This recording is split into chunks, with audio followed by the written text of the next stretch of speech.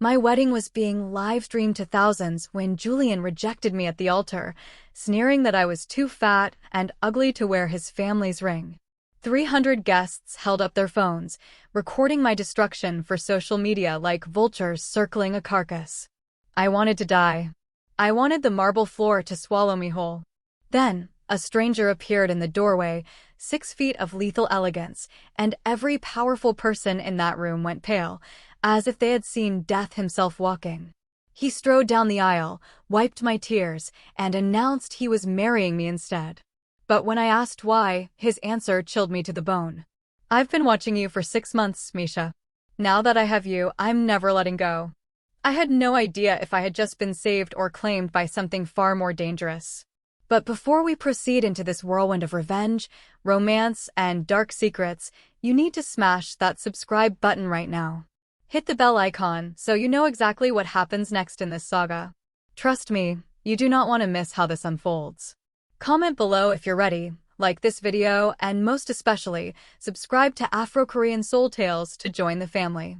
"I don't," Julian exclaimed. Those 2 words didn't just end a ceremony, they severed the timeline of Misha's life. They sliced through the humid, perfumed air of the Miami wedding hall like a butcher's cleaver through soft meat. Misha's hands, encased in delicate lace gloves, began to tremble so violently that the petals of her white rose bouquet shivered, threatening to fall like tears. Her heart hammered a frantic, broken rhythm against her ribs, a trapped bird desperate to escape the cage of her chest. The blood drained from her face, leaving her lightheaded, the world tilting precariously on its axis.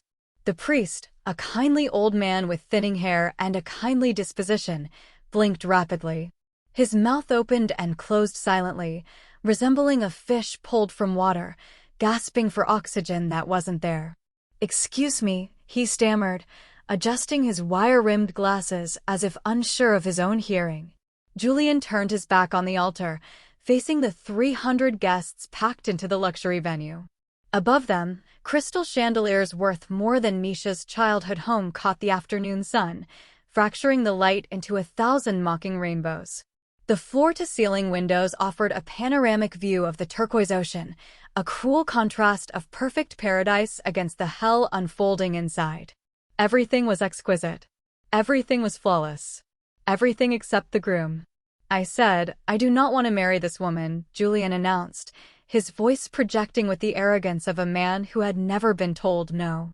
The sound bounced off the polished Italian marble floors and the gold-leafed walls, amplifying the cruelty until it rang in everyone's ears. "Look at her. Really look at her. She's enormous." He gestured toward Misha as if she were a stain on the carpet, a mistake to be wiped away. "I was forced into this arrangement by our families to merge assets, but I have limits. I refuse to spend my life tethered to someone so unappealing. I'm done pretending." A collective gasp sucked the air out of the room. It was a physical sound, a vacuum of shock. Misha felt as though someone had doused her in liquid nitrogen. The beautiful white gown, the one she had spent months tailoring to fit her curves perfectly, the one she had felt like a princess in only an hour ago, suddenly felt heavy, weighing 1,000 pounds, dragging her down into the floor. Heat flooded her cheeks, a burning shame that pricked at her eyes. Tears threatened to spill, hot and acidic, but she bit the inside of her cheek until she tasted iron. "Not yet," she screamed internally. "Do not give them the satisfaction of your tears. Not in front of all these people." Her mother leaped from the front pew, her fascinator askew, face contorted with shock. "Julian, how dare you?" Julian's father stood up beside her, his face a mask of purple rage, veins bulging in his neck. "Son, sit down. We have an agreement. The merger depends on this." "I don't care about your business deal, Dad." Julian shot back, loosening his silk tie as if the mere proximity to Misha was suffocating him. He pointed at her again, his face twisted in performative disgust. "I am not marrying her. Find someone else to merge companies with. I'm out." The dam broke. The tears came then, hot, fast, and humiliating, rolling down Misha's mahogany skin and carving tracks through her flawless makeup. She had known, deep down, that Julian didn't love her with a burning passion. Their families had orchestrated this union to join two massive shipping logistics firms. But she had thought he possessed basic decency. She had thought that, perhaps over time, they could build a friendship, a partnership based on mutual respect. She thought they could be friends. She never imagined he was capable of this level of public execution. Julian started walking toward the side exit, his footsteps clicking sharply on the stone. The crowd began to murmur, the sound rising like the buzzing of agitated hornets. Misha saw the glint of camera lenses. Phones were raised. They were recording. By tonight, her heartbreak would be a meme. Her destruction would be viral content. Misha wanted to run, to dissolve into the sea, to simply cease to exist. Stop. One word. It wasn't shouted. It was spoken with a baritone depth that vibrated through the floorboards, commanding absolute obedience. The voice came from the rear of the hall, near the grand double doors. The murmuring ceased instantly. Every head turned, necks craning. Misha turned too, her vision blurred by saline, squinting through the tears. A figure stood silhouetted in the massive archway, backlit by the blinding Miami sun. The man stepped forward out of the glare, and Misha's breath hitched in her throat, lodging there painfully. He was devastating. He was Korean, with features that looked like they had been carved from granite by a master sculptor, high, sharp cheekbones, a jawline that could cut glass, and eyes as dark and endless as deep space. His hair was jet black, styled with a precision that defied the wind. He wore a tuxedo, but not like the other guests.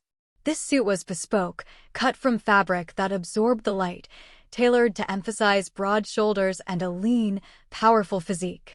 But it wasn't his looks that silenced the room. It was his aura. The way he moved spoke of ancient power and modern lethality.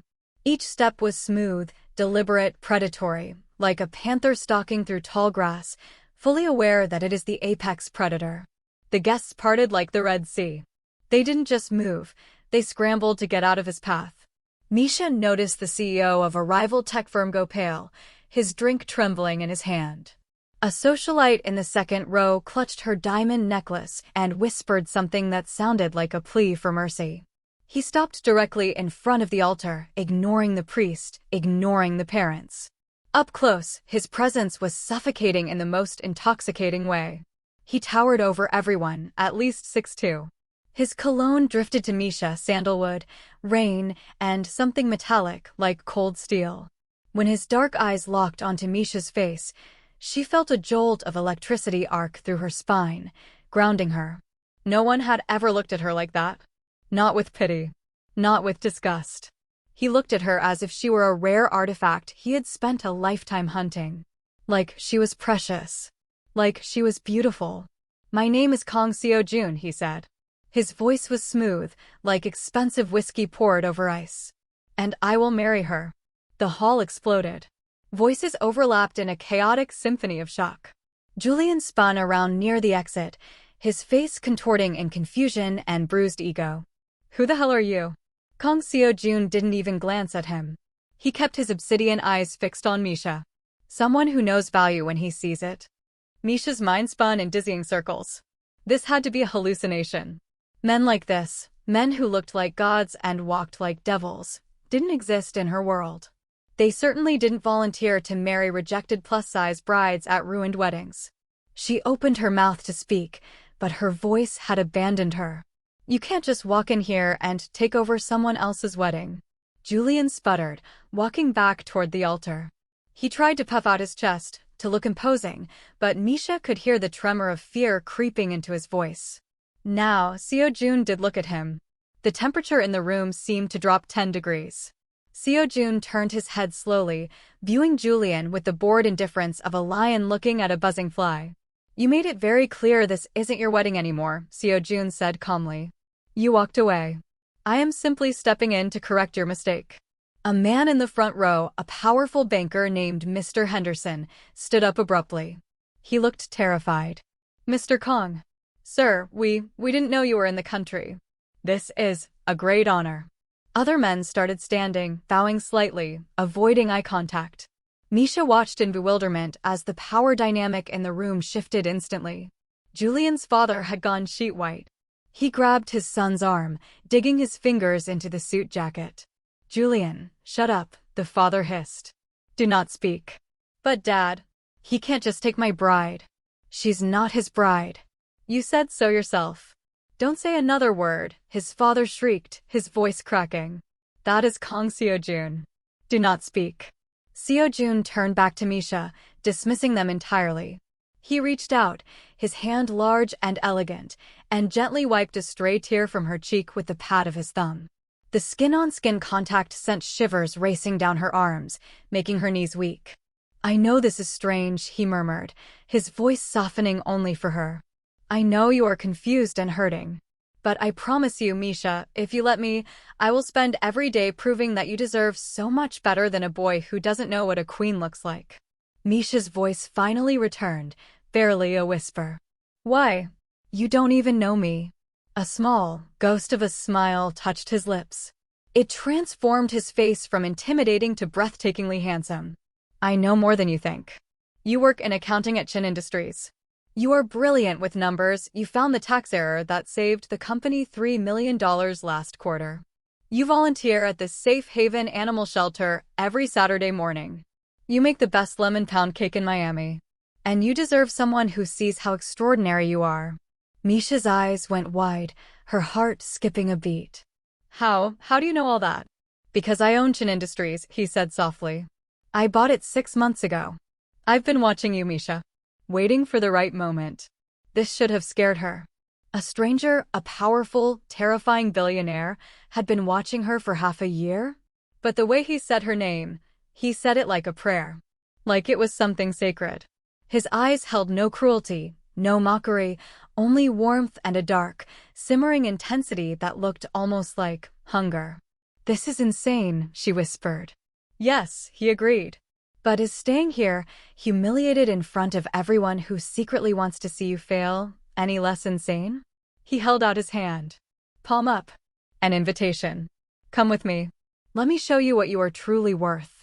Misha stared at his hand. This was madness. Absolute madness. She didn't know this man. He was clearly dangerous. The fear in the room was palpable. But then she looked past him at Julian, who was whispering angrily with his father, looking at her with disdain. She thought about the pitying stares of the guests. She thought about going home alone to her empty apartment, crying into her pillow while the internet laughed at her. She looked back at Kang Seo-jun. At the strength in his jaw, the promise in his eyes. Misha took his hand. His fingers closed around hers, warm, strong, protective. The smile he gave her then was blinding. He turned to address the crowd, his voice hardening into steel once more. The wedding will continue. Same time. Same place. 1 week from today. Anyone who wishes to celebrate with us is welcome. Anyone who has a problem with it. He let the sentence hang in the air, a heavy threat. Can leave now. Then he turned and led Misha down the aisle.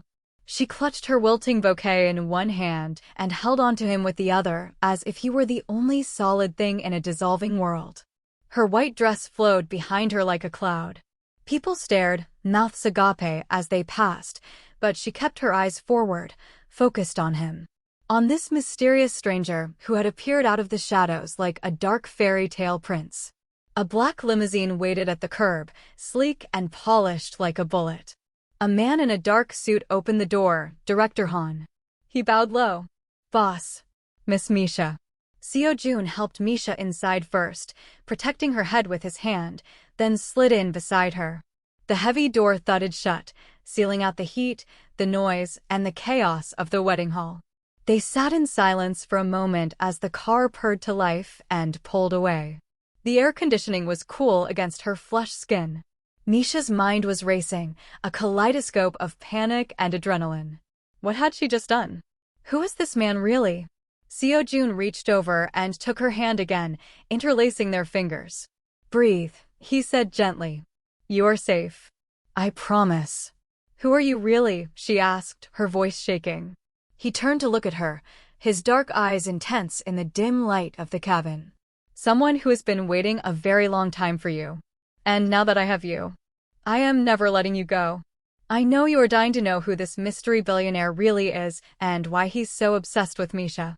If you are loving this intensity, smash that like button right now. And if you haven't subscribed to Afro-Korean Soul Tales yet, what are you waiting for? Hit subscribe so you don't miss the secrets he's about to reveal. The way he said it, low, possessive, final, sent heat flooding through Misha's body, settling low in her belly. This was dangerous. He was dangerous. But as the Miami skyline blurred past the tinted window and his thumb traced soothing circles on her palm, Misha realized something terrifying. She didn't want to run. She wanted to know what happened next. The limousine glided through Miami streets as the sun began to bleed into the horizon, painting the sky in bruises of purple and orange. Misha watched the city lights flicker to life. Her wedding dress felt tight around her chest, a corset of anxiety. "Where are we going?" she asked, breaking the thick silence. Seo-jun sat beside her, legs crossed, completely relaxed, as if kidnapping brides was something he did every Tuesday. "Somewhere safe. Somewhere we can talk without 300 people recording us for TikTok." "You just crashed my wedding." "Your failed wedding," he corrected gently. "There is a difference." Misha pulled her hand away from his, suddenly needing physical space to process the absurdity of her reality. "This is crazy.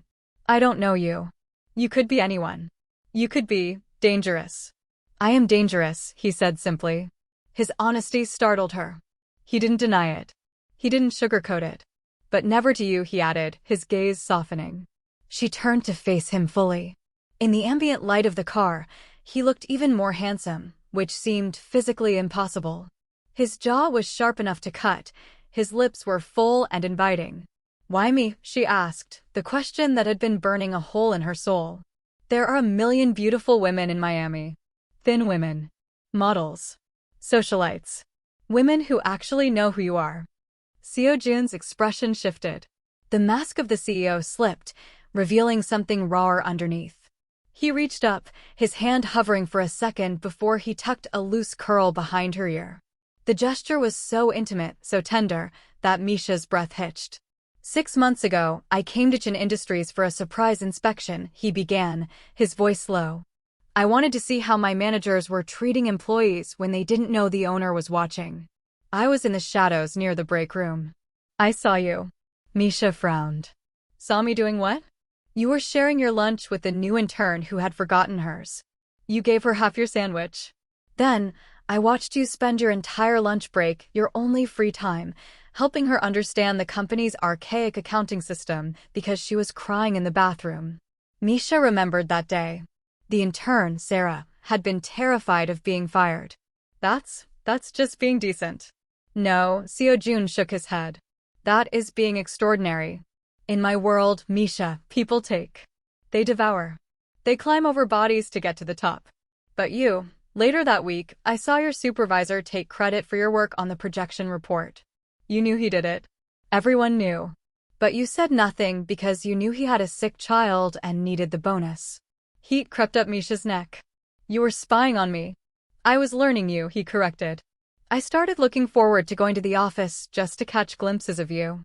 The way you hum when you are balancing spreadsheets. How you always bring coffee to the elderly security guard at the front desk, even though he can do nothing for you. That smile you give, even when people don't deserve it." His voice dropped an octave, vibrating in the small space. "And yes, I noticed how beautiful you are. Your curves. Your skin. Those eyes that see the good in everyone, even when they shouldn't. You captivated me. Completely. No one had ever talked to her like this. Not Julian. Not anyone." Misha felt tears threatening again, but for a different reason this time. "Why didn't you just ask me out like a normal person?" Seo-jun's laugh was dark, a dry sound. "Because I am not a normal person, Misha. And when I saw the announcement of your engagement to Julian Sterling, I did my research. I knew his type. Spoiled. Cruel. A boy playing with toys he doesn't understand. I hoped I was wrong. I bought a last-minute invitation to the wedding, telling myself I would just watch. I would just make sure you were happy." His jaw tightened, a muscle feathering in his cheek. "But when I saw him humiliate you like that, when I saw him try to break you, I couldn't stay silent anymore. I couldn't let him throw away a diamond because he wanted a pebble." The car slowed, turning off the highway onto a private, palm-lined road. Misha could smell the salt air through the vents. "What do you do, exactly?" she asked. "Everyone at the wedding looked terrified of you." Mr. Henderson looked like he was going to have a heart attack. Seo-jun was quiet for a long moment.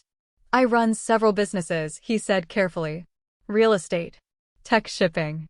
Some are completely legal. Others exist in the shadows. I deal with people who cannot go to the police for help. I solve problems that the law cannot touch." "So, you're a criminal." "I am a businessman who operates outside of traditional rules," he said, meeting her gaze. "But I have a code. I do not hurt innocent people. I protect those who cannot protect themselves. And I always keep my promises." The car turned a final corner, and the mansion appeared. It was less a house and more a fortress of glass and white stone, perched precariously on the edge of the ocean cliffs. Lights glowed warm and golden from inside, reflecting off a massive fountain in the circular driveway. It was breathtaking. Misha had seen houses like this in Architectural Digest, but she never imagined standing in front of one. Director Han opened her door. Seo-jun came around and offered his hand again. This time, Misha took it without hesitation. His grip was firm, anchoring her to the earth. Inside, the mansion was a museum of wealth. White marble floors reflected the light from crystal chandeliers. Modern art that looked like it belonged in the Louvre hung on the walls.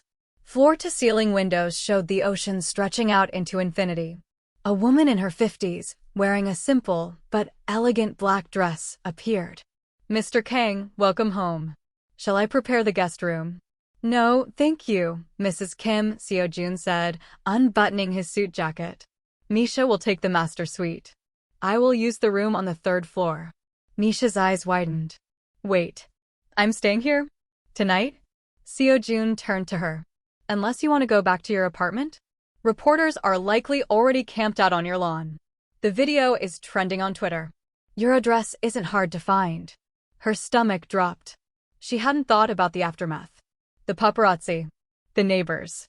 "My things, everything is at my place. Give Mrs. Kim your sizes. She will have a wardrobe for you by morning." He gestured toward the back of the house, where glass doors led to a deck. "Would you like to see the beach? It's private. No one can bother us there." Misha should have said no. She should have demanded a phone, called a cab, and dealt with the mess of her life like an adult. But something about Kang Seo-jun pulled at her gravity. Maybe it was how he looked at her, like she was the only person in the universe. Maybe it was the way her skin tingled every time he was near. "Okay," she whispered. They walked out onto the wooden deck. Steps led down to white sand that glowed silver in the moonlight. The ocean whispered against the shore, a rhythmic lullaby. Stars scattered across the sky like diamonds spilled on black velvet. It was the most beautiful thing Misha had ever seen. Seo-jun removed his jacket and tie, draping them over the deck railing. He rolled up his sleeves, revealing forearms corded with muscle and a scar? A long, thin white line running up his left arm. He kicked off his expensive dress shoes and stepped onto the sand. Misha laughed, a startled, genuine sound. "You're going to ruin your suit." "I have 100 suits," he said, looking back at her. "I only have one chance at this moment with you." Her heart fluttered, a wild thing in her chest. She reached down, unbuckled her heels, and let them drop. She gathered up the heavy fabric of her dress so she could walk. The sand was cool and soft between her toes. She joined him at the water's edge where tiny waves lapped at their feet. "I meant what I said in the car," Seo-jun said quietly, staring out at the dark water. "I will protect you. From Julian. From the media. From the whole world if necessary." "Why?" Misha asked, her voice trembling. "What do you want from me, Seo-jun?" He turned to face her fully. The moonlight caught the sharp angles of his face, painting him in silver and shadow. "Everything," he said. "Your time. Your attention. Your thoughts. I want to know what makes you laugh and what makes you cry. I want to feed you breakfast and argue with you about which movies are best. I want to watch you succeed and celebrate every victory." He stepped closer, invading her personal space, consuming her oxygen. "And yes, I want to touch you, kiss you, make you feel things you have never felt before. Misha's whole body went hot, despite the ocean breeze. That is very direct. I do not believe in playing games, Misha. Not with something this important. His hand came up to cup her cheek. His thumb brushed across her lower lip, sending a shockwave through her system. Tell me to stop, and I will. Tell me you want to leave, and I will drive you home myself. But if you stay, understand that I am not looking for something casual. When I commit, it is forever. She should have been scared. This was happening too fast. It was reckless. But looking into his obsidian eyes, Misha saw nothing but honesty and a heat that could melt steel. Desire that made her feel powerful instead of ashamed. Kiss me, she breathed. Seo-jun didn't need to be asked twice. He pulled her close, one hand splaying across the small of her back, the other tangling into her hair. When his lips met hers, Misha felt like lightning had struck the sand. The kiss started gentle, a question asked in the language of breath and skin. His lips were soft, warm, tasting of mint and something darker, something thrilling like the edge of a storm. But when Misha's hands moved of their own accord, gripping the crisp fabric of his white dress shirt, the question turned into a demand. Seo-jun made a low, guttural sound in his throat, a vibration she felt in her own chest, and deepened the kiss. His tongue traced the seam of her lips, and she opened for him immediately, inviting the invasion. Heat exploded through her veins, liquid fire racing to every extremity. His hands tightened on her waist, pulling her flush against him until she could feel every hard plane of his body through the silk of her wedding dress. The ocean roared behind them, but the blood rushing in her ears was louder. When they finally broke apart, both breathing as if they had just run a marathon, Misha felt dizzy, untethered from the earth. Her lips were swollen and tingling. Seo-jun looked at her like a man starving, like she was the only sustenance in a barren world. Stay, he said, his voice rough, stripped of its usual polished veneer. Not just tonight. Stay with me. Let me show you what it feels like to be cherished. Misha knew this was reckless. She knew she was diving off a cliff into deep, dark water without checking for rocks. But standing on this beach in the moonlight, wrapped in the arms of a dangerous man who looked at her like she hung the stars in the sky, she couldn't bring herself to care about safety. Okay, she whispered against his lips. I'll stay. 3 weeks had dissolved since Misha moved into the fortress by the sea.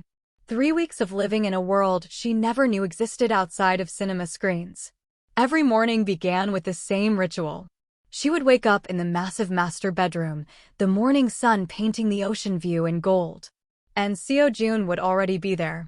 You don't have to do this every day, Misha said on a Thursday morning, propping herself up against the plush velvet pillows. You run an empire. You probably have important things to handle. Seo-jun set the silver tray across her lap, perfectly scrambled eggs with truffle oil, fresh tropical fruit, and toast with butter melting into golden pools. Nothing is more important than this. He sat on the edge of the bed, still in his silk pajamas, watching her eat with an intensity that had made her self-conscious at first, but now felt like a warm blanket. He didn't just watch her, he studied her, memorizing her. What is on your schedule today? She asked between bites of strawberry. Meetings until noon. Then I thought I would teach you some self-defense moves in the dojo. You should know how to protect yourself. He reached over and wiped a drop of orange juice from her chin with his thumb. The casual intimacy of the gesture made her stomach flip. What about you? Misha had been ruminating on this for days. I need to figure out what I am doing with my life, Seo-jun. I can't just live here forever, eating your food and sleeping in your bed like a kept woman. Why not? He asked simply. Because I need to work. I need purpose. I've always wanted to open a bakery, a real one, focused on fusion desserts, but that takes capital, planning, and permits. She sighed, the weight of reality pressing down. Plus, I am technically still employed at Chin Industries. I haven't been to work since the wedding disaster. You quit that job 2 weeks ago, Seo-jun said, pouring himself coffee. I had Mrs. Kim handle the paperwork. Misha nearly dropped her fork. You what? Your supervisor was stealing your intellectual property. The environment was toxic. You deserved better. His expression was matter-of-fact. As for the bakery, I own a commercial property in South Beach that has been sitting empty. It is yours if you want it. I can't just take a building from you, Seo-jun. Consider it an investment. I believe in you. He stood up, the silk of his pajamas shifting over his muscles, and kissed the top of her head. Think about it. I will see you this afternoon for training. After he left, Misha sat in bed, her mind spinning. This was her life now? Living with a man who casually gave away real estate and made her breakfast?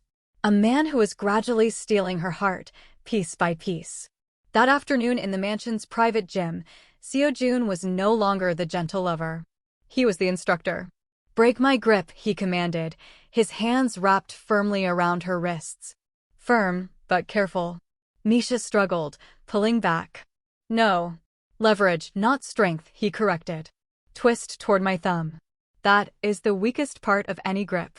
Misha followed his direction, twisting sharply. Her wrists popped free easily. That actually works.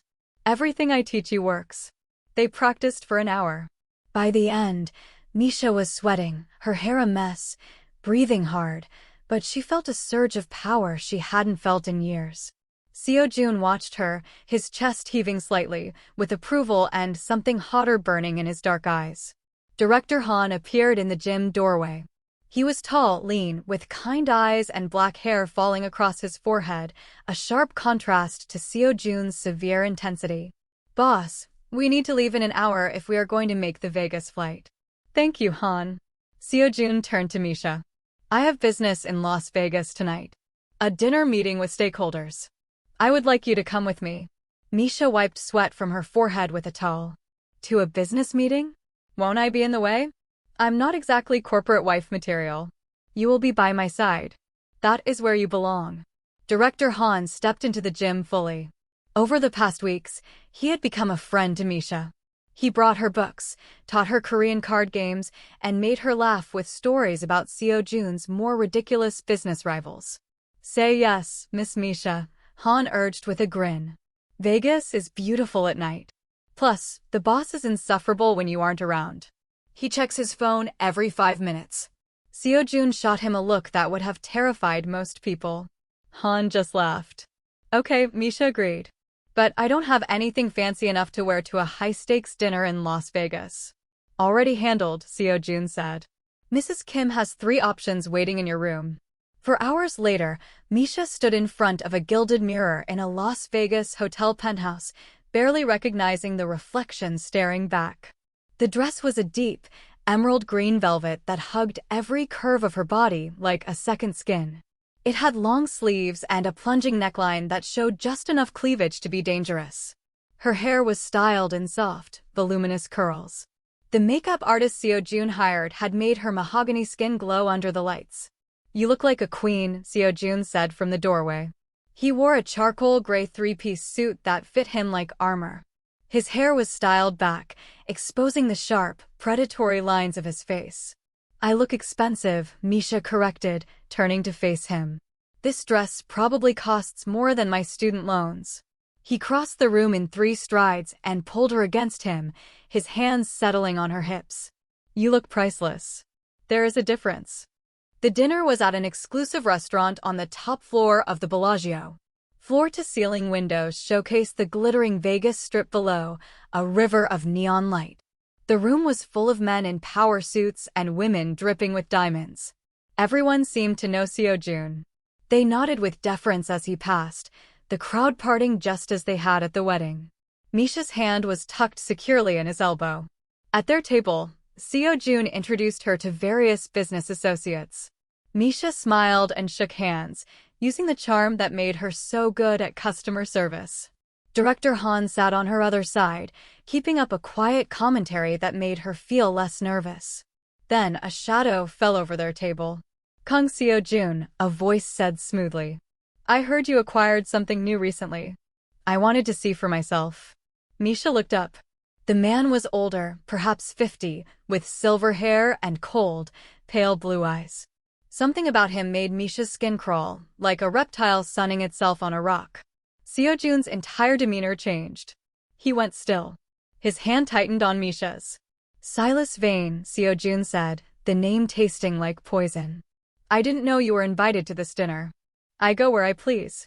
Silas's eyes slid over Misha like oil, stripping her naked. So, this is the rejected bride everyone is talking about. I saw the video.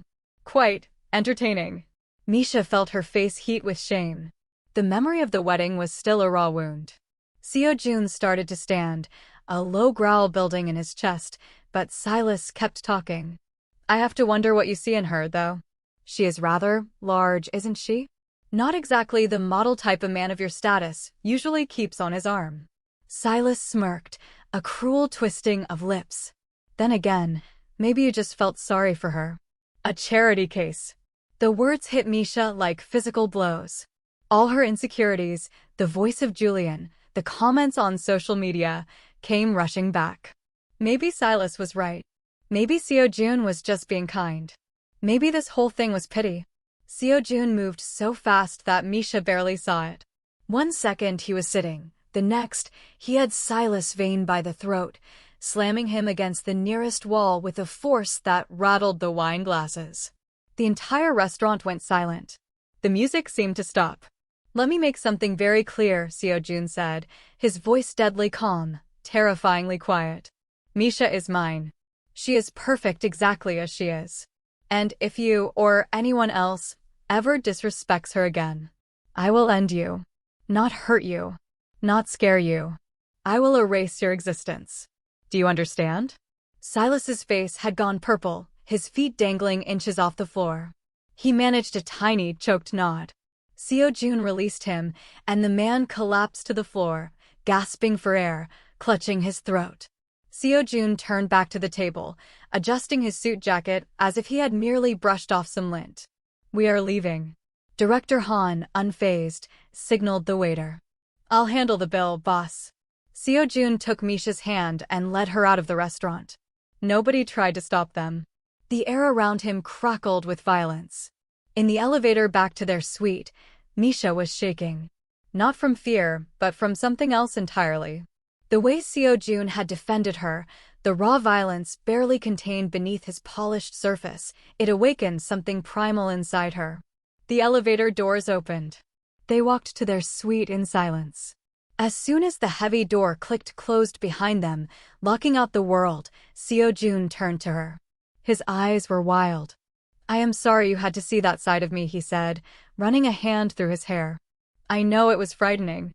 Misha stepped close to him, pressing her palms against his chest. She could feel his heart pounding like a war drum against her fingers. I'm not frightened, she whispered. I'm grateful. Nobody has ever stood up for me like that. Not once in my life. Get used to it, he said roughly, grabbing her wrists. Because I meant every word. You're mine, Misha. And I protect what is mine. She looked up at him through her lashes, feeling bold. Then stop talking and show me. Something snapped in Seo-jun's control. He cupped her face and kissed her hard, all the gentleness from their beach kiss replaced with raw, consuming hunger. Misha kissed him back just as fiercely, her hands fisting in his shirt, pulling him closer. They stumbled toward the bedroom, mouths never separating, a tangle of limbs and desire. Seo-jun's hands found the zipper of her green dress and pulled it down slowly. The fabric fell with a soft swoosh, pooling at her feet like emerald water. He stepped back to look at her, standing there in just her black lace lingerie. Perfect, he breathed, his eyes traveling over every inch of her. Absolutely perfect. Misha had always hated her body. Too big, too soft, too much. But the way Seo-jun looked at her, with worship and unadulterated desire, made her feel like a goddess carved from obsidian and gold. She reached for his shirt buttons, fumbling with them in her eagerness. He helped her, ripping the shirt open, shrugging out of it to reveal a body that made her mouth go dry. Lean muscle, smooth skin, and scars that told stories she wanted to learn. When they fell onto the bed together, skin against skin, Misha felt like she was burning from the inside out. Seo-jun kissed every inch of her neck, her shoulders, the soft curve of her stomach, her hips. His hands mapped her body, claiming territory. You're shaking, he murmured against her skin. I've never felt like this before, she admitted, gasping. Like I'm going to explode. Then let go. I've got you. When they finally came together, Misha did explode. Colors burst behind her eyelids. Seo-jun moved with controlled power, watching her face, learning what made her gasp and arch. He whispered words in Korean that she didn't understand but felt in her marrow. They made love for hours, learning the rhythm of each other, pushing boundaries, discovering what brought the most pleasure. Misha had never felt so desired, so cherished, so completely safe while being so vulnerable. Afterward, they lay tangled together, sweaty and satisfied. Seo-jun traced lazy patterns on her back. Outside the window, Vegas blazed with artificial light, even though it was nearly dawn. Stay with me, Seo-jun said quietly. Not just in my house. Stay with me, in every way. Be mine completely. Misha lifted her head to look at him. His dark eyes were serious, vulnerable in a way she'd never seen before. I'm already yours, she whispered. I think I've been since you walked down that aisle. He kissed her softly, sweetly, sealing the promise between them. And as the sun began to rise over the desert, Misha knew she'd found something she didn't even know she was looking for. She'd found home. New York City in October was a masterpiece. The leaves in Central Park were turning golden red, and the air had that perfect crisp quality that made Misha want to walk everywhere. Seo-jun's Manhattan penthouse was located in Tribeca, with massive industrial windows overlooking the Hudson River. It was different from the Florida mansion, more urban, sharper, but just as luxurious. Misha stood in what would soon be her bakery, breathing in the smell of fresh paint and sawdust. The space was perfect. High ceilings with exposed brick, large windows that let in natural light, enough room for display cases and tables. Seo-jun had been true to his word. He'd handed her the keys 2 weeks ago and told her to make it exactly what she wanted. The ovens arrive tomorrow, Seo-jun said, coming up behind her and wrapping his arms around her waist, resting his chin on her shoulder. And the contractor says the kitchen will be inspection-ready by Friday. Misha leaned back against his chest, absorbing his warmth. This is really happening. I'm opening a bakery in Manhattan. You are going to be the most successful bakery in the city. He kissed her temple. I have complete faith in you. Over the past month, their relationship had shifted into something deeper. They were partners now in every sense. Misha spent her mornings planning the bakery and her afternoons in Seo-jun's home office, where he'd started asking her opinion on business matters. It turned out that running an empire required sophisticated accounting. Money needed to be moved, investments tracked, legitimate businesses maintained. Misha's sharp mind for numbers made her invaluable. She could spot discrepancies that others missed, find patterns in financial records. You are wasted on baking, Director Han had joked last week. You should be running a hedge fund. But Misha loved baking. She loved creating something with her hands. The bakery was her dream, and Seo-jun supported it completely. The bell above the bakery door chimed. Misha turned, expecting to see the contractor. Instead, Julian stood in the doorway. He looked nothing like the arrogant man from the wedding. His suit was wrinkled. His hair was messy. Dark circles shadowed his eyes, and he looked thinner, gaunt even.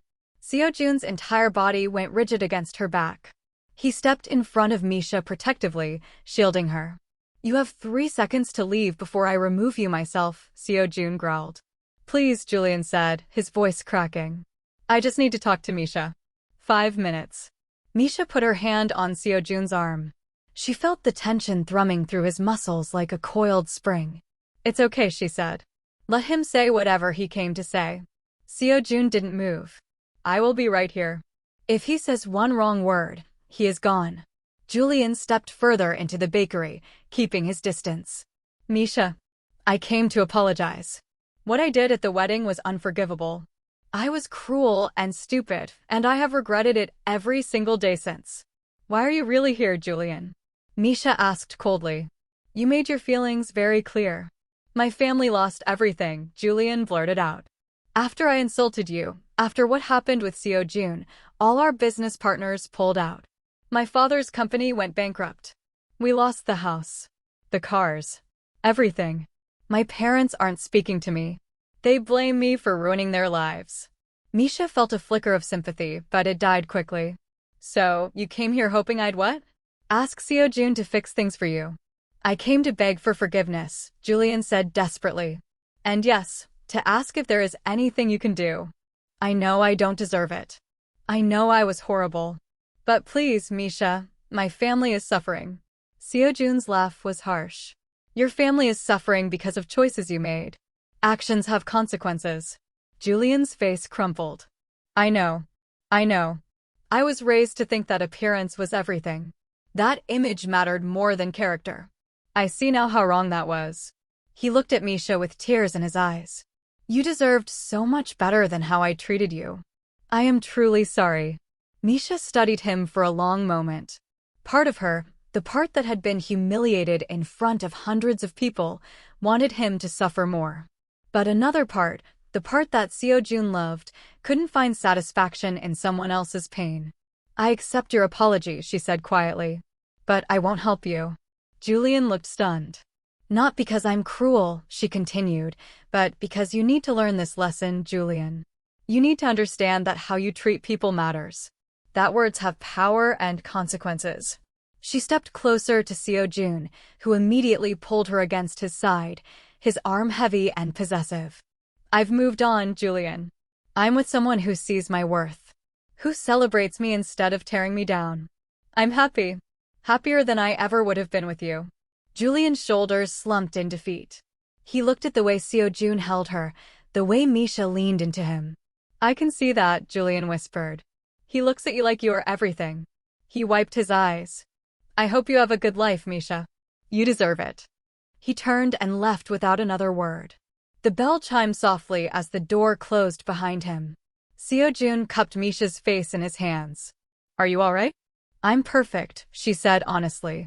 For the first time in my life, I feel like I'm exactly where I'm supposed to be. That evening, after a long day of bakery planning, Seojun told Misha to dress warmly. He was taking her somewhere special. They rode the elevator to the top floor of the building, but instead of stopping at the penthouse, they continued up to the roof. The rooftop was transformed. String lights hung between planted trees, creating a canopy of warm, fairy tale light. A garden had been installed with autumn flowers blooming in large planters. Comfortable furniture was arranged around a small fire pit. The city sparkled around them like a jewel box. When did you do this? Misha breathed, spinning in a circle to take it all in. I've been working on it for 3 weeks. Han helped keep you distracted. Seojun took her hand and led her to a cushioned bench near the fire. I wanted to create a place that was just ours, where we could escape the city without leaving home. They sat close together, sharing warmth against the October chill. The city hummed below them, a distant river of noise. But up here, they existed in their own private world. Can I tell you something? Seojun asked quietly. Something I have never told anyone. Always, Misha said, taking his hand. He was silent for a long moment, staring out at the skyline. I grew up in Seoul. Very poor. The kind of poor you cannot imagine. My father died when I was 8, leaving my mother with 3 children and debt. She worked 3 jobs, but it was never enough. When I was 14, she got sick. Cancer. We couldn't afford treatment. Misha squeezed his hand, her heart aching for the boy he'd been. I watched her die slowly over 6 months. The whole time, I was helpless. Useless. After she passed, I promised myself I would never be powerless again. Never be poor again. His voice was rough with old pain. I did things I am not proud of to survive. Worked for people who taught me how the real world operates. Gangs. Loan sharks. Eventually, I was smart enough and ruthless enough to take over. To build something of my own. That's why you help people who can't go to the police, Misha realized. Because you understand what it's like to have nowhere else to turn. Yes. But I also learned to keep everyone at arm's length. Emotions were weakness. Love was a liability. I had women, but never anyone who mattered. I built walls so high that nothing could get through. He turned to face her fully, his dark eyes intense. Until you. Misha, that day in the break room, when you shared your lunch with someone you barely knew, You broke something open inside me. I started watching you, studying you, trying to understand how you stayed so kind in a world that was often cruel. You'd been hurt. I could see it in your eyes. But you hadn't let it make you bitter. His thumb traced circles on her palm. I fell in love with you long before that wedding. Misha, when I saw Julian humiliate you, I couldn't stay silent anymore. I had to have you. Had to show you what you deserve. Tears streamed down Misha's face. I love you too. I think I started falling the moment you walked down that aisle. You looked at me like I was precious. Like I was worth saving. Nobody had ever looked at me like that before. Seo-jun wiped her tears away gently. You saved me too. You reminded me that there is more to life than power and control. That being vulnerable with the right person isn't weakness. It is strength. He kissed her then, soft and sweet and full of promise. Misha melted into him, pouring everything she felt into the kiss. When they pulled apart, both were breathing hard. Take me inside, Misha whispered against his lips. I need you. They barely made it to the bedroom.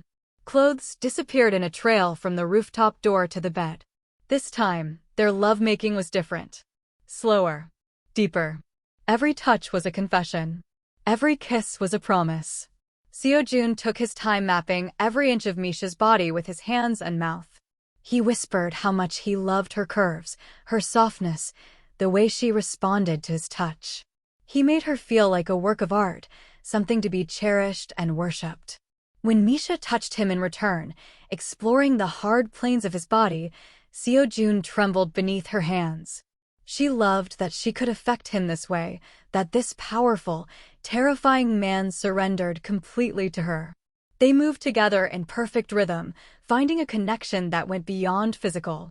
This was souls touching, hearts binding. Two people becoming something more together than they ever were apart. Afterward, they lay tangled in the sheets, skin cooling in the air-conditioned bedroom. Misha traced the scars on Seo-jun's chest. Each one a story from his difficult past. Tell me about this one, she said softly, touching a long mark along his ribs. Knife fight. When I was 17. I was protecting my sister from a man who wouldn't take no for an answer. And this one. She touched his shoulder. Gunshot wound. 3 years ago. A deal went wrong. She kissed each scar gently. Thank you for surviving. For being here with me now. Seo-jun pulled her close, burying his face in her hair. Thank you for seeing past the monster everyone else sees. For loving all of me. Even the dark parts. You're not a monster, Misha insisted fiercely. You're a man who does what's necessary to protect the people you care about. There's nothing monstrous about that. They fell asleep, wrapped around each other, hearts beating in sync. Outside, New York City never slept. Always moving, always changing. But in this moment, in this bed, time stood still. Misha had found her home. Not in a place, but in a person. In strong arms that held her close, in dark eyes that saw her true worth, in a dangerous heart that beat only for her. She was completely, utterly, perfectly in love. And she knew, without any doubt, that Kang Seo-jun felt exactly the same way. The bakery had been open for 2 months and was already a sensation. Lines formed around the block every morning for Misha's signature lemon lavender loaf and dark chocolate croissants. Food bloggers raved about her cinnamon rolls, calling them life-changing. She had even been featured in a New York Times article about the city's best new dessert spots. When a potential investor from Boston reached out wanting to discuss opening a second location near Harvard Square, Misha was thrilled. It was validation. It was growth. Seo-jun had been less enthusiastic. I don't like you traveling without me, he'd said that morning, watching her pack an overnight bag with a scowl that darkened the entire room. It feels wrong. It is just Boston, Seo-jun. It's a 45-minute flight. I'll be back tomorrow night. Misha kissed the furrow between his brows, trying to smooth it away. Besides, Director Han is coming with me. I'll be perfectly safe. You said yourself he's the best security you have. Seo-jun had pulled her close, holding her longer than usual, burying his face in the crook of her neck. He inhaled her scent, vanilla and yeast, as if trying to store it for a long winter. Call me the moment you arrive, he commanded, his voice tight. And again before you go to bed. And the second anything feels wrong. Instinct is faster than intellect, Misha. If you feel fear, you run. You worry too much, she teased, pulling away, not understanding the predator's instinct that was screaming in his blood. Now, sitting in the freezing darkness of a warehouse, with her hands zip-tied painfully behind her back, Misha understood. She should have listened to the worry in his voice. She should have stayed in the fortress. The meeting in Boston had been legitimate. She'd met with the investor at a bistro, discussed numbers and locations, felt excited about expanding. Director Han had been with her the whole time, a silent shadow watching every exit. But when they'd walked back to their hotel through a quiet side street, a van had screeched up onto the curb. It happened in seconds. Men with ski masks and tactical gear spilled out. Director Han had moved instantly, placing himself between Misha and the threat. He'd taken down two of them with terrifying efficiency, breaking an arm and a nose in a blur of motion. But there were too many. Misha heard a suppressed thwip sound, saw Han jerk violently as a tranquilizer dart, or maybe a bullet, hit his shoulder. He shouted for her to run, but before she could move, a heavy cloth was pressed over her face. The chemical smell of chloroform filled her lungs, and the world dissolved into black. She'd woken up here. Concrete floors that leached the warmth from her body. Metal walls that smelled of rust and old oil. A single, naked light bulb swung from the ceiling, casting long, swaying shadows. Her head pounded a brutal rhythm, and her wrists burned. Fear sat like a block of ice in her stomach, heavy and cold. Things just went from romantic to terrifying. Do you think Seo-jun can get to her in time? Type "save her" in the comments if you believe in their love. And guys, if you were on the edge of your seat, make sure you've hit that notification bell. You do not want to miss the explosive rescue that is about to happen. The heavy metal door at the far end of the room scraped open. Silas Vane walked in. He looked pleased with himself, wearing a pristine cream-colored suit that looked out of place in the grime. Two large men flanked him, carrying assault rifles. Finally awake, Silas drawled, his voice echoing in the cavernous space. Good. He pulled up a rusted folding chair and sat facing her, crossing his legs casually. I hope my men weren't too rough. I need you conscious and able to talk. What do you want? Misha's voice came out raspier than she intended, but she held her chin up. She refused to cower. She was Kang Seo-jun's partner. She would not beg. Simple, my dear. I want Seo-jun to understand that he cannot humiliate me without consequences. Silas's smile was cold, lacking any humor. He embarrassed me in Las Vegas. He put his hands on me. He made me look weak in front of the council. That is bad for business. So, you kidnapped me? That's your master plan. You are his weakness, Silas said, leaning forward. The chink in the armor. The only thing in this world that monster actually cares about. He thinks he is untouchable, a god among men. But he will do anything to get you back.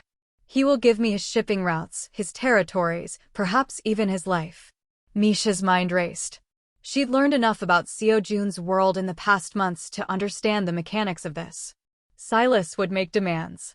Seo-jun would have to choose between his empire and her safety. He'll kill you for this, Misha said quietly. It wasn't a threat, it was a statement of fact. Silas laughed, a dry, rattling sound. He will try. But I have you. And that changes the board completely. Back in New York, the phone in Seo-jun's pocket buzzed. It wasn't a call, it was a distress signal from Director Han's biometric watch. Seo-jun answered before the first ring finished. Boss? Han's voice was weak, slurring. They took her. Ambush. I tried to stop them. Got hit, trink, maybe a bullet. Boss, they took Misha. The phone shattered in Seo-jun's grip. The world didn't just stop, it evaporated. The air in his penthouse suddenly felt too thin to breathe. The view of the Hudson River mocked him with its calmness. Rage, pure, absolute, and ancient, flooded through him. This wasn't the controlled anger he used in business negotiations. This wasn't the irritation of a deal gone wrong. This was something primal. Something murderous. The beast he had kept chained in the basement of his soul broke its chains and roared. Everyone. Now. He spoke into his backup secure line, his voice sounding like grinding stones. Within 40 minutes, 20 of his most elite enforcers filled his living room. These were men who had seen war, men who killed without blinking. But when Seo-jun walked out of his office, they all took an unconscious step back. They had seen him angry before. This was different. This was a man who would burn the entire world to ash just to find a single diamond in the soot. Silas Vane took Misha, Seo-jun said. The silence that followed was heavy. Find him. I want every resource we have dedicated to this. Hack his accounts. Track his vehicles. Tear apart every property he owns, every shell company, every associate. If you have to break fingers to get answers, break them. If you have to burn down the city, burn it. He looked at his team, his eyes empty of humanity. I want her location within 2 hours. Or heads will roll. Literally. His tech specialist, a young woman named Dana, was already typing frantically on her laptop, sweat beading on her forehead. Boss, I'm picking up chatter on Vane's encrypted channels. They aren't in New York. The van, it switched plates. They're still in Boston. The Port District. Narrow it down. I'm trying, got it. An abandoned textile warehouse. Owned by a holding company linked to Vane's wife. Prepare the jet, Seo-jun ordered, holstering a gun under his arm. And get the medical team ready. 3 hours later, the warehouse in Boston was surrounded. But Seo-jun didn't wait for a tactical breach. He didn't wait for negotiations. He kicked the side door open and walked in like the wrath of God. The assault was quick, brutal, and loud. Gunfire erupted, flashing in the dim light. Seo-jun moved through Silas's guards like smoke, like death itself. He felt nothing when they fell. No mercy. No hesitation. They had taken his heart. He would paint the walls with their blood. Director Han, who had refused medical attention despite a bleeding shoulder, fought beside him, his face pale but grim. Together, they cleared room after room, a whirlwind of violence. Seo-jun's expensive Italian suit was ruined, splattered with red that wasn't his. His dark eyes scanned every corner, desperate, terrified. Then he kicked open the door to the main floor. Misha sat tied to a chair in the center of the room. There was a bruise forming on her cheek, purple and angry against her skin. The moment Seo-jun saw that mark, something inside him shattered and reformed into something harder than diamond. Silas stood beside her, a pistol pressed against her temple. One step closer and she dies. Silas screamed, his composure gone. He hadn't expected them this fast. He hadn't expected an army. Seo-jun stopped. He froze. The barrel of his own gun was lowered, but his muscles were coiled. Let her go, Silas, Seo-jun said. His voice was terrifyingly soft. And I will grant you a quick death. You think you can dictate terms? Silas spat, pressing the gun harder against Misha's skin. She whimpered, squeezing her eyes shut. Drop the weapon.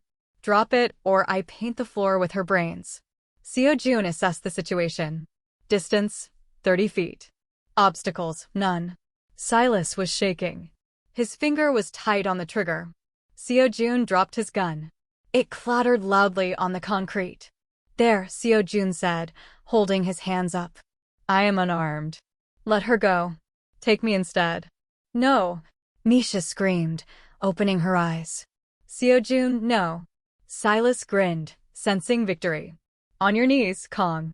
I want to see the great king of Miami begging. Seo-jun slowly lowered himself to one knee. But his eyes never left Silas's face. He was calculating. Watching the twitch of a muscle, the shift of weight. You were dead the moment you touched her, Seo-jun whispered. You just didn't know it yet. Everything happened in the space between heartbeats. Silas shifted his aim slightly, intending to shoot Seo-jun in the leg first. Seo-jun didn't just move, he launched. He pulled a second, smaller blade from his ankle holster, a throwing knife. With a flick of his wrist, the silver blade spun through the air. It embedded itself in Silas's shoulder. Silas screamed, his arm jerking. The gun went off, the bullet hitting the ceiling. Before Silas could recover, Seo-jun was on him. What followed was not a fight. It was an execution. Seo-jun tackled Silas, driving him into the concrete. He didn't reach for the gun. He used his hands. He punched Silas left, right, left, each strike fueled by hours of terror, by the image of Misha bound and bruised. He shattered Silas's nose. He broke his jaw. You touched her. Seo-jun roared, slamming Silas's head against the floor. You hurt her. When Silas stopped moving, stopped breathing, stopped being a threat to anyone ever again, Seo-jun didn't stop. He couldn't stop. Seo-jun. The voice cut through the red haze. Seo-jun, please. He's gone. You're scaring me. Misha. Seo-jun froze, his fist raised for another blow. He looked down at the ruin beneath him, then up at Misha.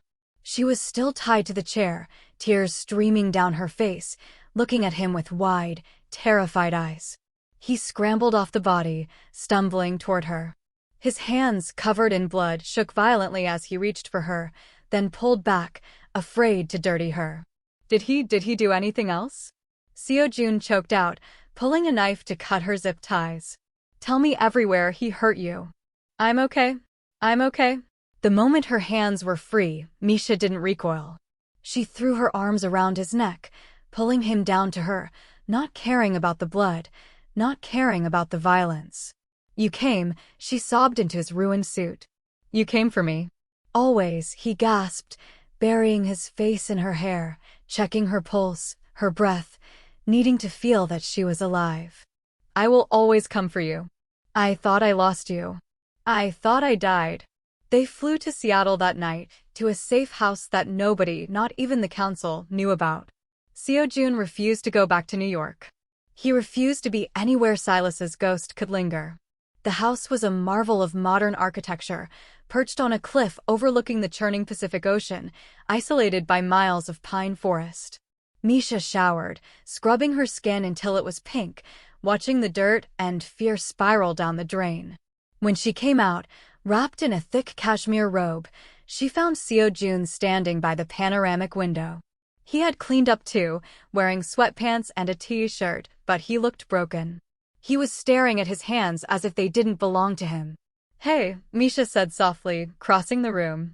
Seo-jun flinched. He didn't turn around. I'm here. I'm safe. I killed him. Seo-jun's voice was hollow. I beat him to death with my bare hands while you watched. You saw the monster, Misha. You saw what I really am underneath the suits and the money. He finally turned to face her, tears standing in his eyes. I enjoyed it, he confessed, the words tearing out of his throat. For a moment, I wanted him to suffer. I wanted to tear him apart piece by piece for bruising your face. That is not a man. That is a beast. Misha closed the distance between them. She took his face in her hands, forcing him to look at her. I saw a man protecting the woman he loves, she said fiercely.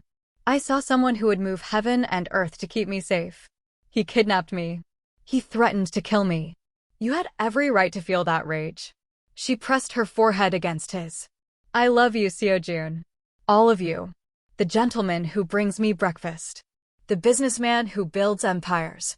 And yes, the warrior who tears apart anyone who threatens me. You are not a monster to me. You are my savior. A sob tore from his throat. This dangerous man, who never showed weakness, broke down in her arms. Misha held him while he shook, while the adrenaline crashed, while months of keeping everything controlled finally cracked open. When he finally lifted his head, his eyes were red but clear. I'm done, he said. With all of it. The underworld. The territory. The violence. He took her hands. I'm walking away. I have enough legitimate businesses to support us forever. I want a clean life with you. No more bodyguards. No more safe houses. Just us. Maybe children someday. Normal things. Are you sure? That world is all you've known. You are all I need to know. He kissed her deeply, pouring everything he felt into it. Apology, worship, devotion. Marry me, Misha. Be my wife. Really, truly. Let me spend the rest of my life keeping you safe and happy in the sunlight, not the shadows. Yes, she breathed. Yes to everything. 6 months had changed the world. Misha stood in front of a full-length mirror in a beachfront villa in Maui, barely recognizing the woman staring back. She wasn't just healed, she was radiant. Her wedding dress was simple but stunning, white silk that flowed like water over her curves, with delicate lace sleeves and a neckline that showed off her glowing skin. Her hair was styled in loose, romantic waves, with fresh white plumeria flowers tucked behind her ear. "You're glowing," her sister, Amaya, said, adjusting the flowers. Amaya had flown in from Chicago, finally meeting the man who had swept Misha away. "I've never seen you like this." Misha smiled at her reflection. "I've never felt like this. Like everything finally makes sense." Amaya's eyes got misty. "I'm so happy for you. When I saw that video of your first wedding, I wanted to fly to Miami and murder that Julian guy. But then Seo-jun walked down that aisle, and I knew.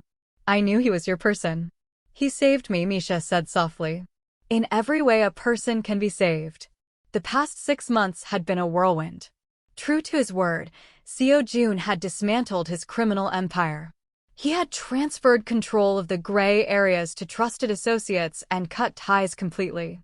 Now he focused entirely on tech investments and real estate. It was a clean life. A safe life. Misha's bakery had exploded. The Manhattan location was so successful she had opened 2 more. She was a CEO in her own right now. But the best part was coming home every night to Seo-jun. To a man who supported every dream, celebrated every success, and held her through every nightmare. "It's time," Amaya said, squeezing her hand. "Your groom is waiting." The ceremony was on the beach at sunset. Only 20 guests. All people who truly mattered.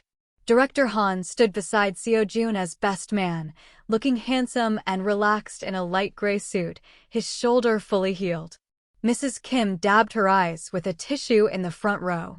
But Misha only had eyes for Seo-jun. He stood at the end of a path marked by tiki torches, the ocean behind him turning gold and pink. He wore a white linen shirt with the sleeves rolled up and tan trousers. No tie. Casual, elegant, free. When he saw Misha, his whole face transformed. Love, wonder, and joy washed over him. Misha walked toward him barefoot, the sand warm beneath her feet. No one gave her away because she wasn't property. She came to him as an equal. As a partner. As a woman choosing her own future. When she reached him, Seo-jun took both her hands. His eyes were already glassy with tears. "You are so beautiful," he whispered. "It hurts to look at you." "So are you," she whispered back. The officiant, a Hawaiian elder with a gentle smile, nodded to them. "We are gathered here to witness the union of Misha and Seo-jun. A love story that started with courage and ends in forever." They exchanged vows. Real vows. 6 months ago, Seo-jun said, his voice trembling slightly, "I walked into a wedding and did the craziest thing I'd ever done. I claimed a woman I barely knew. Everyone thought I was insane. But from the first moment I saw you, Misha, I knew. I knew you were the one I'd been waiting for my whole life." He squeezed her hands. "You taught me that love isn't weakness. That being vulnerable is brave. You saw past the monster and found the man. I promise to support your dreams, celebrate your victories, and love every part of you, exactly as you are, for as long as I breathe." Misha wiped her own tears. "Seo-jun, when Julian left me at that altar, I thought my life was over. Then you appeared like a dark night and showed me I was wrong. You made me believe in myself. You saved me, but we saved each other. I promise to be your partner, your safe place, and your home. Forever. I now pronounce you husband and wife." The officiant beamed. "You may kiss your bride." Seo-jun pulled Misha close and kissed her like they were the only 2 people on earth. The small group cheered. Han let out a loud whistle. Amaya sobbed happy tears. The reception was intimate, a long table under the stars, laden with fresh seafood and tropical fruit. Misha had baked the wedding cake herself. During the first dance, swaying to a slow acoustic song, Misha pulled back to look at her husband. "I have something to tell you," she whispered. "Something I found out this morning." Seo-jun looked concerned. "What is it? Are you okay?" She took his hand and placed it low on her belly, over the silk of her dress. "We're going to have a baby. I'm about 8 weeks along." For a moment, Seo-jun just stared at her, his brain trying to process the words. Then his face crumpled with pure, unadulterated joy. He dropped to his knees right there in the sand, pressing his forehead against her stomach. A baby? We're having a baby. Yes, Misha laughed, running her fingers through his hair. He looked up at her, tears streaming down his face freely. You have given me everything, Misha. A home, a heart, and now a family. I never thought I would have any of this. He stood up and kissed her again, spinning her around while the guests clapped, realizing what was happening. Later that night, as the party wound down, Misha and Seo-jun sat on the beach, watching the moon rise over the Pacific. Seo-jun sat behind her, his arms wrapped around her, his hands resting protectively on her stomach. Do you ever think about that day? Misha asked. The wedding. Every single day, Seo-jun admitted. Best decision I ever made. Walking down that aisle. People thought I was crazy. Maybe you were. But it was the kind of crazy that changes everything. He kissed her neck. If Julian hadn't been a fool, I would have spent my whole life in the dark. Now I have the light. You are my home, Seo-jun, Misha whispered. And you're my life, Misha. Always and forever. As the stars filled the sky, Seo-jun held his wife and their unborn child, feeling more complete than any empire could ever make him. He had found something worth more than power. He had found love. And they lived, not just happily, but passionately, bravely, and completely ever after. Thank you so much for joining Misha and Seo-jun on this incredible journey from heartbreak to healing. If this love story touched your soul, please subscribe to the Afro-Korean Soul Tales channel right now so you never miss another romantic adventure. Drop a comment below telling us, what was your favorite moment? Was it the wedding crash, the rescue in Boston, or the baby reveal? We want to hear from you. Don't forget to hit that like button and share the story with a friend who believes in true love. Smash that subscribe button to join our family, and I will see you in the next story.